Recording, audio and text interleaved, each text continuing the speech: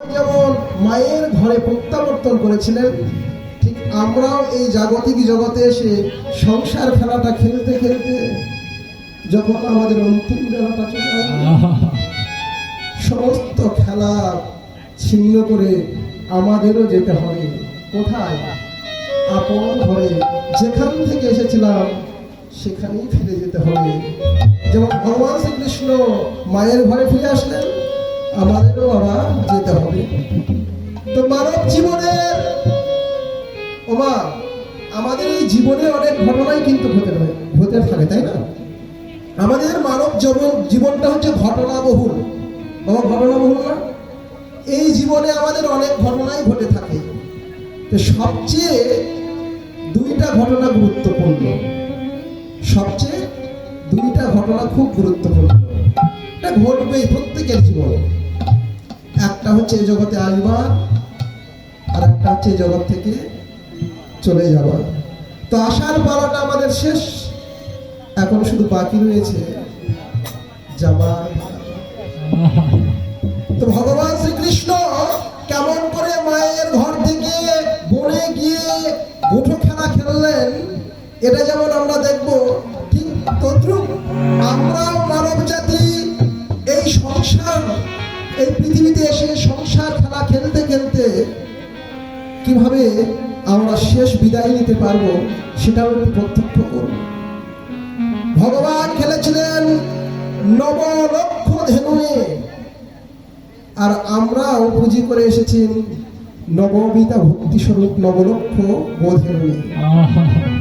এই নবলক্ষ গোধেনুর মধ্যে যদি সমস্ত ধেনুগুলোকে একত্রিত করে যাবার বেলায় আমরা যেতে পারি, তাহলে আমাদের এই পৃথিবীতে আসাটা সার্থক।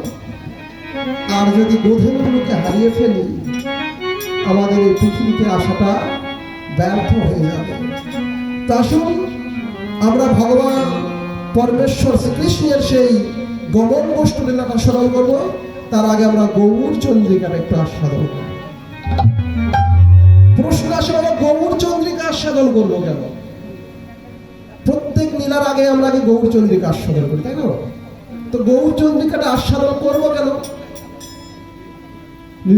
শ্রীল নরোত্তম ঠাকুর মহাশয় তার প্রেম ভক্তি চন্দ্রিকায় লিখলেন, যদি গৌর না হইতো কেমনই হইতো, কেমনে ধরিতাম দে শ্রী রাধার মহিমা প্রেমের সুসীমা, জগতে জানাইতো কে?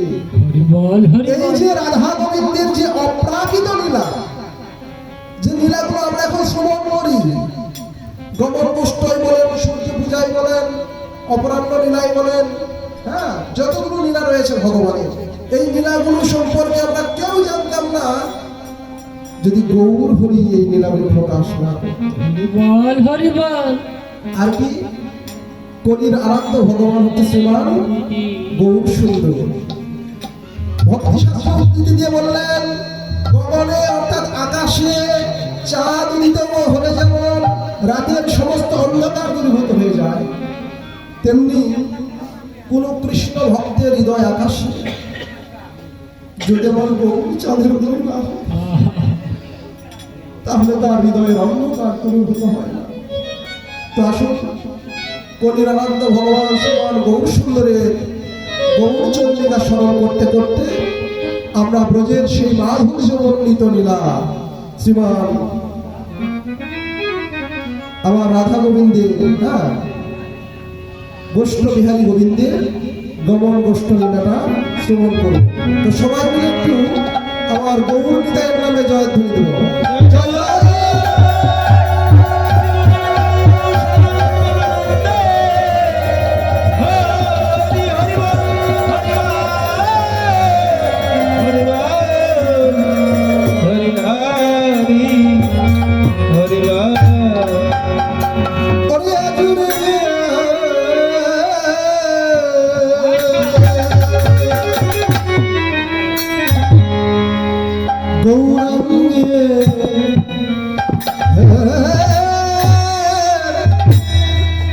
গৌরাঙ্গের মনে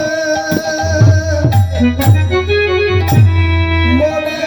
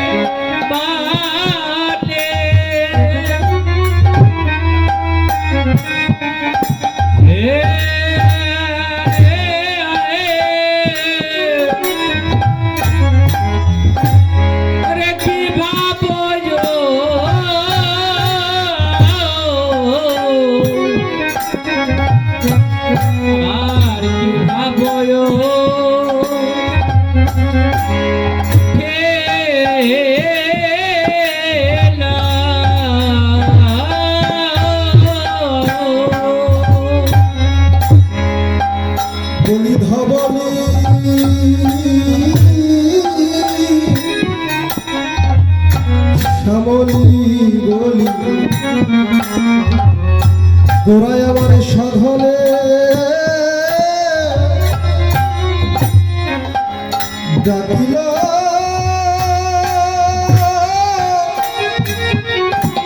ও ও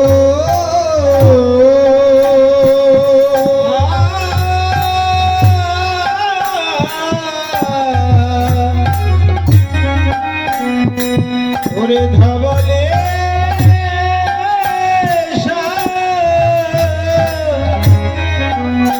শ্যামলী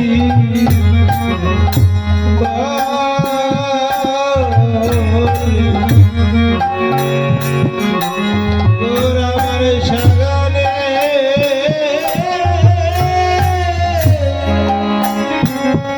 ডাকিল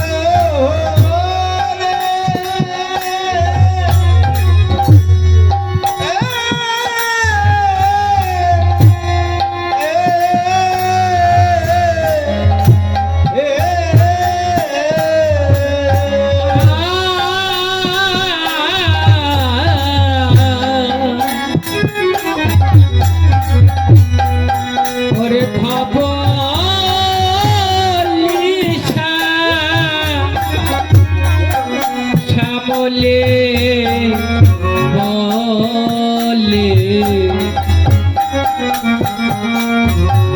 তোর আমার সাগর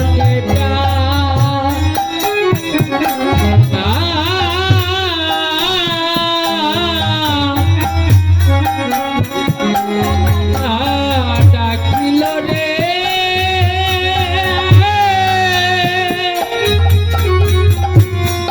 হে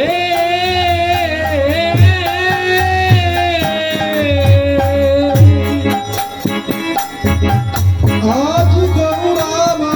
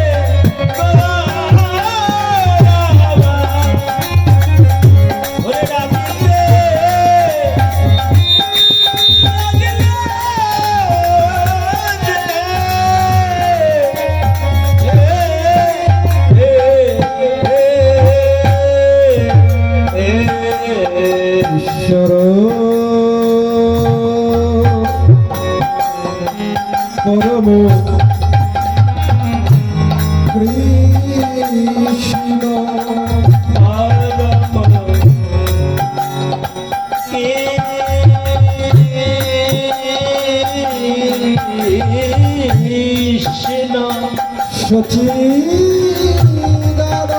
বিগ্রহ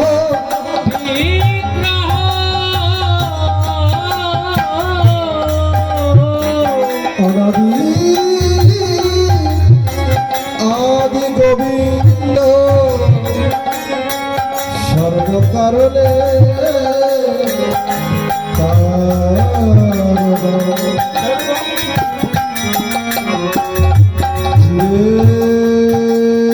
নিস্তর লাগি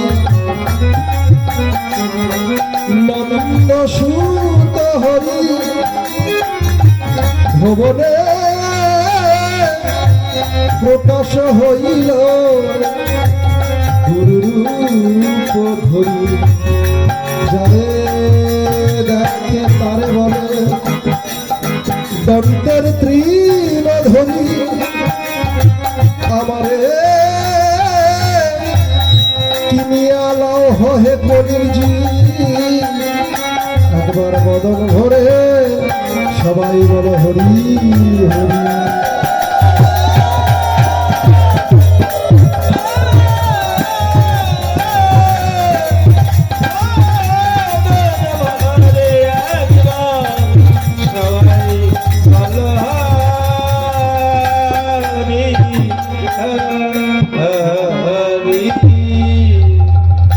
জয়তার পালা এই যে ভগবানের লীলা কীর্তন গৌরগুণ গান কীর্তন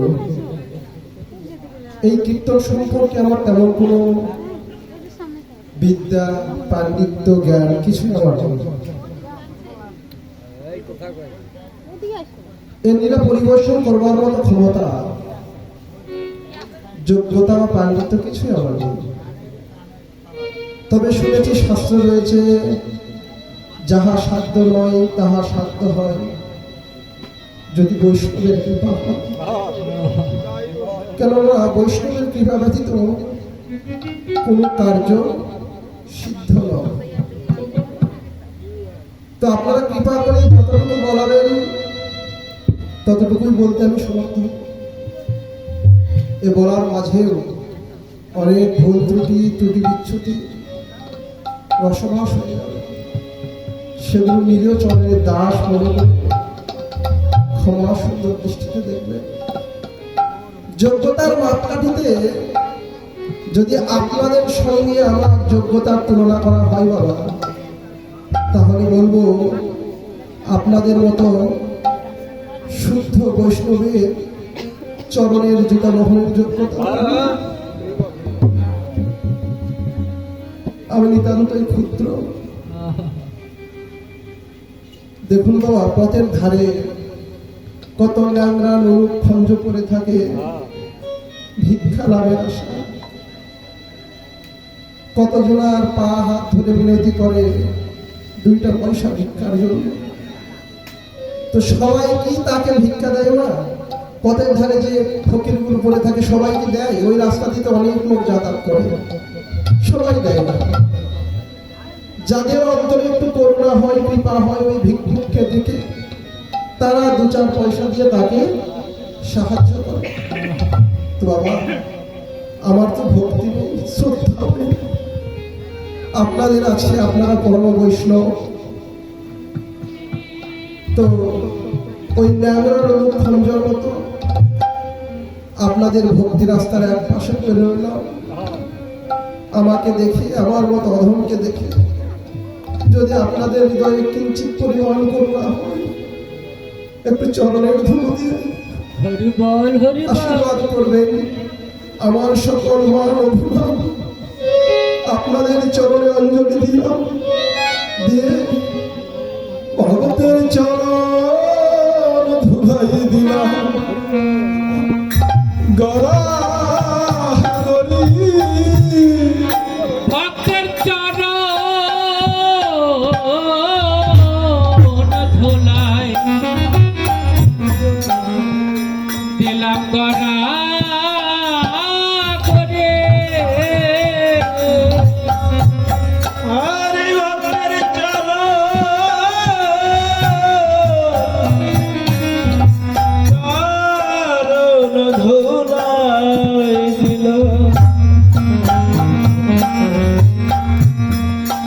আমি গড়া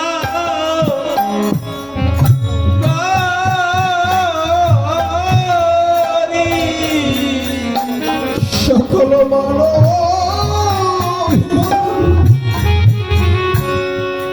মানবিমান সুন্দরী হাতের চরণ ধুলাই দিলাম আমি গড়া গরি সকল মানবিমান ওরে ত্যাগ করি ভক্তের চরণ ধুলাই দিলাম গড়া করে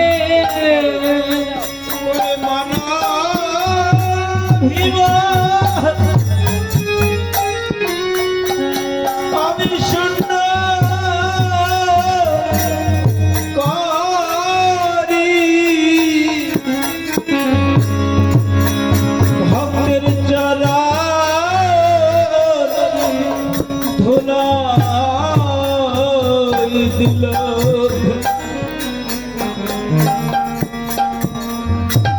আমি গলা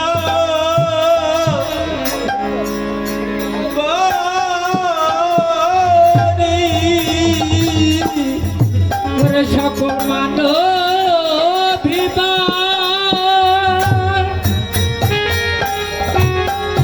ওরে ত্যাগ করি ভক্তের চরণ ধুলাই দিলাম গড়া করে সকল মানবিমান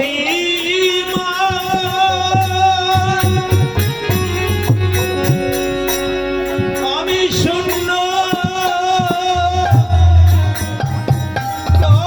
করি ভক্তের চরণ ধুলাই দিলাম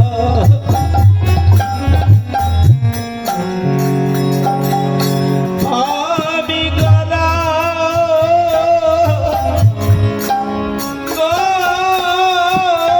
করি সকল মানবিমান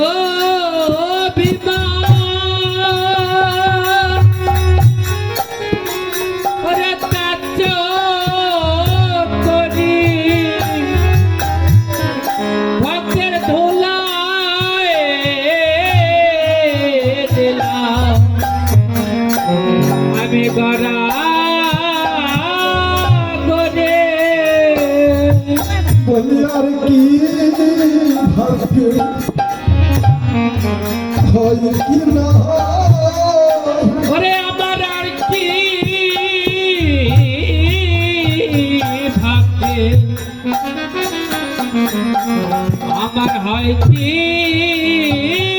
না হয় এই সাধু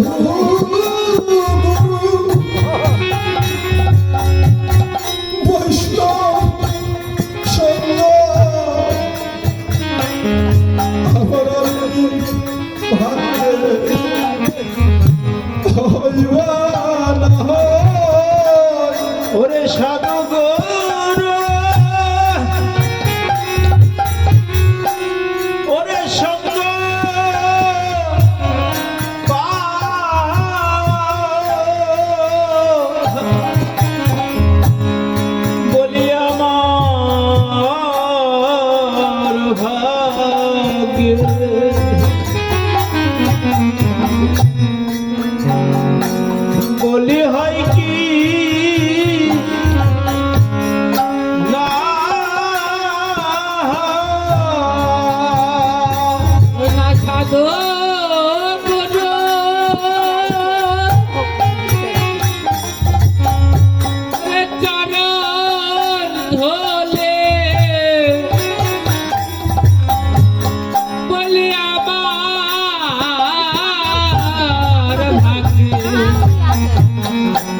ওরে হয় কে না হয় বলি আর কি ভাগ্যে হইবা না বলে আমার ভাগ্যে ওরে হয় কি না হয় এই সাধু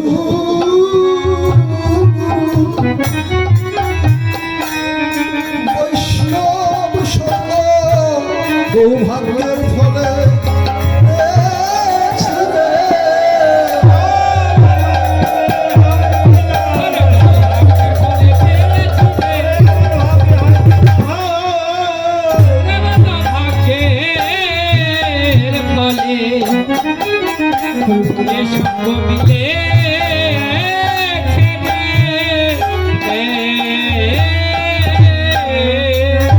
সাধু সঙ্গ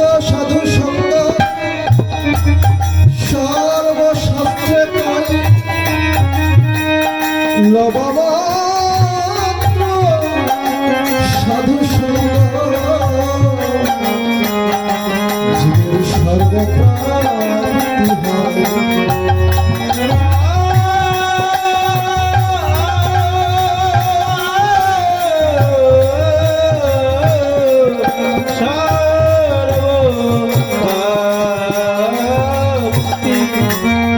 গঙ্গার পরশে হই পশ্চাতে পাবন সাধু দর্শন পবিত্র এই তার গো সাধুর চরণ ধুলি যদি পরে গঙ্গা জল গঙ্গাও পবিত্র হয় শ্রীমদ ভাগবত বলে নিতাই গৌর হরিবল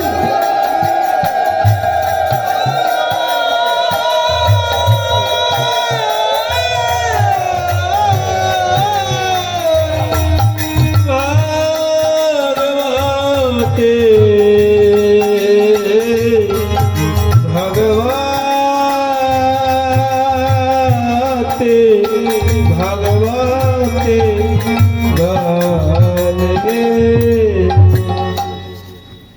বললেন সাধু সঙ্গ সর্বশাস্ত্রে কয় লবামাত্র সাধু সঙ্গ জীবের সর্ব প্রাপ্তি হয় বা সিদ্ধ হয়।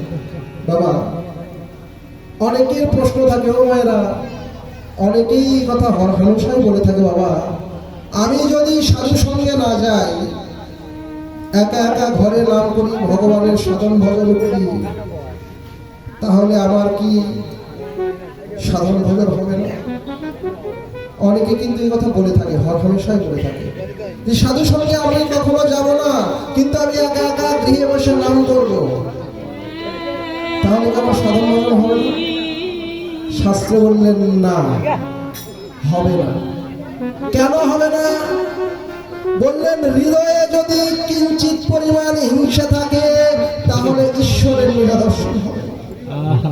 আপনি সাধু সঙ্গে যাবেন না, তার মানে আপনার হৃদয়ে হিংসা আছে নিশ্চিত।